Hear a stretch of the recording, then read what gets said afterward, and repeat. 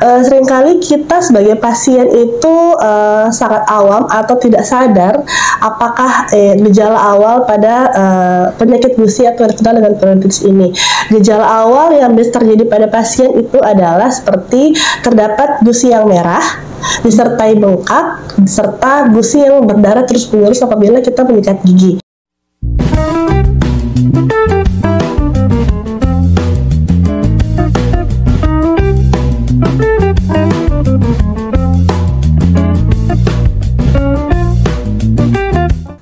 Selamat siang sahabat Hermina, kembali lagi bersama saya Dr. Angga di acara podcast Hermina. Nah, kali ini kita akan bersama tamu spesial kita, yaitu Dr. Gigi Ulfa, spesialis perio. Selamat siang dok. Siang, Dok. Gimana kabarnya dokter hari ini? Oke dok, boleh memperkenalkan diri dulu dokter? Terima kasih. Hai sahabat Hermina, perkenalkan nama saya Dr. Gigi Ulfa Hairani, spesialis perio. Pada kesempatan ini saya berpraktek di Rumah Sakit Hermina Makassar. Oke, terima kasih dokter. Terima kasih dok. Iya. Nah, siang ini kita akan membahas tentang penyakit gusi ya dok ya. Mungkin masyarakat atau sahabat Hermina dimanapun berada, mungkin masih banyak yang belum tahu tentang penyakit-penyakit periodontitis, contohnya daerah gusi dan sekitarnya.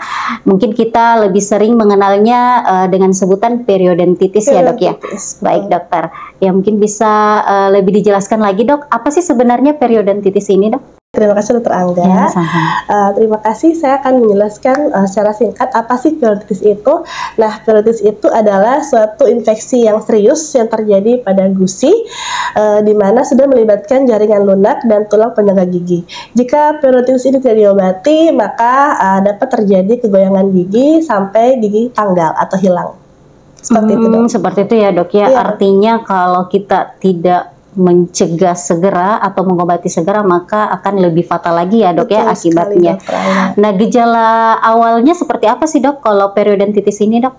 Baik, seringkali kita sebagai pasien itu sangat awam atau tidak sadar apakah gejala awal pada penyakit gusi atau yang dikenal dengan periodontitis ini.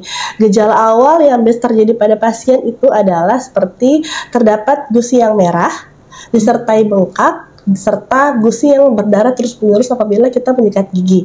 Terus pasien juga merasakan bau mulut yang sangat persisten. Jadi bau mulut secara terus-menerus akan dirasakan walaupun kita sebagai pasien sering menyikat gigi. Kemudian gejala juga yang dialami seperti gusi yang menyusut atau yang lebih sering disebut resesi gusi. Biasanya pasien itu merasakan gusi menurun atau gigi mengecil terlihat ya dok ya. Gusi menurun pada rahang bawah atau gusi naik pada rahang atas.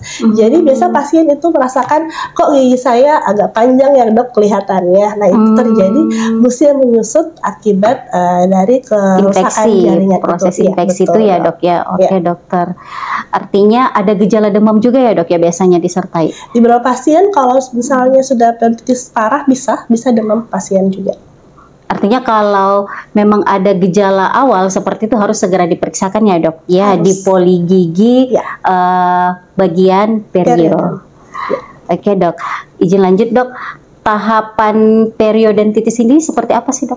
Oke baik, pada dasarnya periodontitis itu tidak berlangsung secara langsung dok. Jadi periodontitis itu biasanya berlangsung diawali dengan infeksi yang ringan dulu.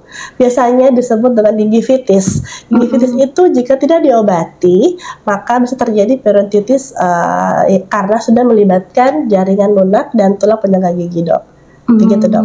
Seperti itu ya dok ya, yang lama kelamaan akan merusak jaringan sekitarnya dok ya. Jika kita tidak melakukan penanganan pada gingivitis itu, maka infeksi akan terus berlangsung dan semakin parah sehingga sudah melibatkan jaringan lunak dan tulang penyangga gigi kita. Izin dok sebagai orang awam ya dok ya. Artinya kalau berlangsung terus atau berlangsung lama nih penyakit periodontitis, gusinya itu bisa akan hilang dok atau bagaimana dok dengan tulang-tulangnya itu? Baik dokter. Maaf Jadi ya, kalau misalnya infeksi sudah serius atau parah, pasien biasanya mengalami bukan gusi hilang ya, tapi gusi menyusut, Dok. Menyusut. Jadi artinya gusi itu mengalami resesi, dalam bahasa kedokterannya resesi gingiva. Jadi pasien merasakan gusinya turun pada rahang bawah dan gusi pada rahang atas itu agak naik. Jadi pasien merasakan kok gigi saya agak panjang ya, Dok, seperti itu. Padahal sebenarnya itu sudah melibatkan jaringan lunak gusi Gusinya itu sendiri.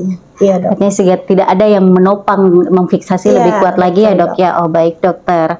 Pencegahan untuk mencegah penyakit periodontitis ini apa saja, Dok?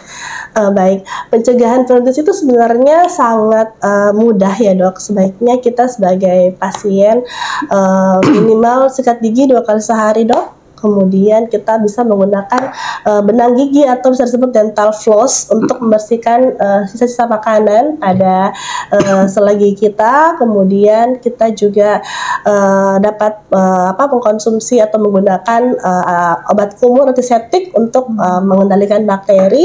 Kemudian kita secara rutin harus mengunjungi dokter gigi, periodontis atau dokter gigi lainnya minimal 6 bulan sekali untuk membersihkan plak dan karang gigi kita. Seperti itu, Dok. Berarti salah satu faktor risikonya juga itu bisa saja karang gigi ya, Dok ya, menyebabkan periodontitis juga. Nah, pernah saya dengar juga, Dok, perokok berat itu bisa juga menyebabkan salah satu faktor untuk periodontitis juga ya, Dok ya. Apakah karena kandungan dari nikotinnya itu atau gimana, Dok? Baik, perokok atau bad habit seperti orang merokok itu sebenarnya adalah salah satu faktor resiko, Dok, terjadinya periodontitis. Jadi semakin sering kita merokok, semakin mempengaruhi terjadinya infeksi pada gusi kita. Itu dia. Jadi salah satu untuk pencegahannya adalah ya mengurangi bad habit seperti merokok dan alkohol. Iya. Terima kasih, Dok, atas penjelasannya sangat-sangat jelas. Ya, mungkin ada kesan dan pesan untuk para sahabat Hermina, Dokter. Baik, untuk sahabat Hermina, jangan lupa minimal 6 bulan sekali untuk melakukan cek dan kontrol pembersihan plak dan karang gigi kalian. Jika sahabat Hermina memiliki gejala-gejala awal seperti yang disebutkan tadi, silakan kunjungi periodontis Anda di Rumah Sakit Hermina Makassar. Terima kasih. Gimana sahabat Hermina? Sangat lengkap ya penjelasan dari Dokter Gigi Ulfa. Ya. Nah, untuk teman-teman Hermina atau sahabat Hermina, jika ada gejala seperti periodontitis ini, bisa kita konsultasikan di Rumah Sakit Hermina di Poliperiodonti. Oke, cukup sekian. Assalamualaikum warahmatullahi wabarakatuh. Bye-bye.